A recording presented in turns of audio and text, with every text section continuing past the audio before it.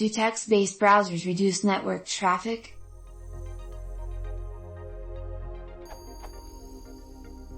Do text-based browsers such as links and links consume less bandwidth than a GUI-based browser, e.g., Firefox, Chrome, etc.? I'm guessing no reduction in traffic. Rationale: I think a text-based browser downloads the entire page as it is offered by the server. Any streamlining or reduction of page widgetry is done locally. Maybe there is some reduction in traffic, as most text-based browsers won't execute page scripts or SWF, which might cause more traffic.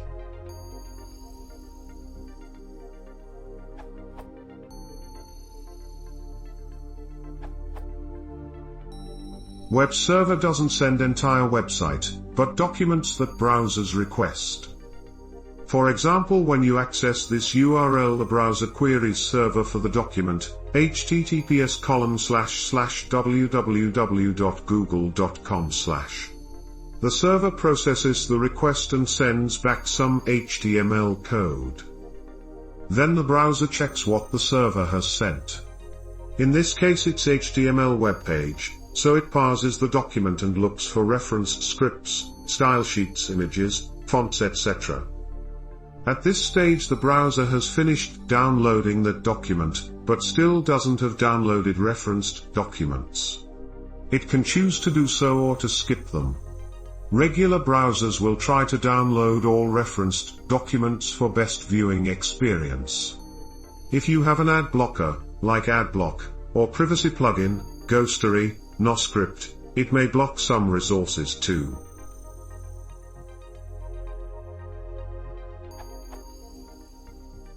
Then the browser downloads referenced documents one by one, each time asking the server explicitly for a single resource. In our Google example, the browser will find following references, just to name a few of them. This URL, Google logo. This URL, keyboard icon.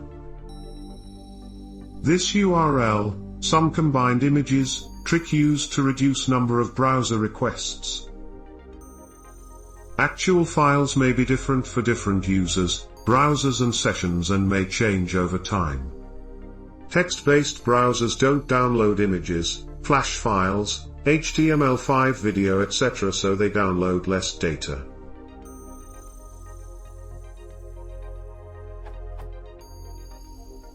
Nathan Osman makes a good point in comments. Sometimes small images are embedded directly in HTML documents, and in those cases downloading them cannot be avoided. This is another trick used to reduce number of requests. They are very small, though, otherwise the overhead of encoding binary file in base64 is too big. There are few such images on google.com, base64 encoded size, decoded size. 19x11 keyboard icon, 106B, 76B. 28x38 microphone icon, 334B, 248B. 1x1px transparent GIF, 62B, 43B, which shows up in Chrome DevTools Resources tab, but I couldn't find it in the source, probably added later with JavaScript. 1x1px corrupted GIF file that appears twice, 34B, 23B. Its purpose is a mystery to me.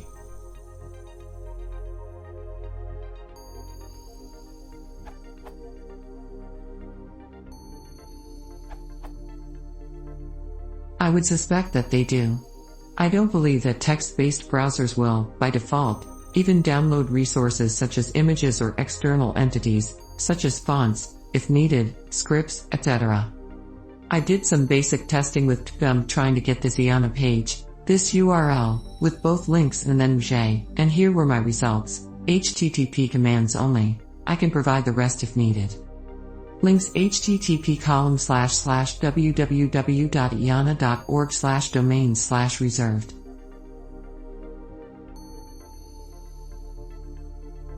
WJP http://www.iana.org/domain/reserved.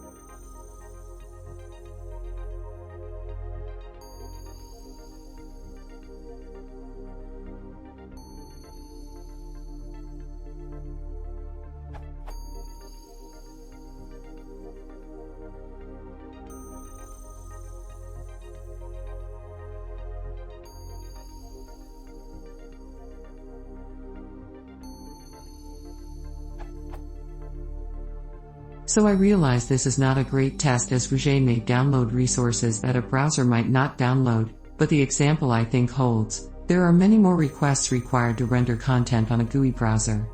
As such, GUI browsers will generally cause more network traffic than text-based browsers.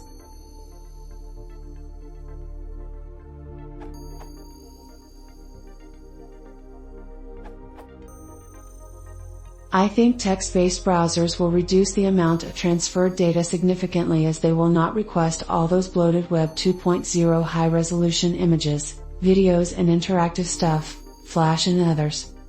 I suggest you just test this by setting up an iptables rule that will count the amount of traffic hitting a specific iptables rule.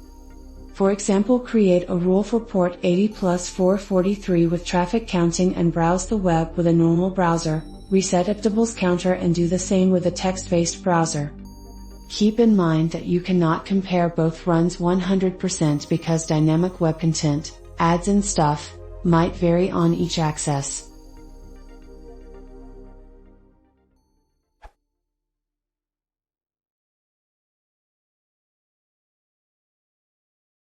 If you want to support the channel, please consider subscribing.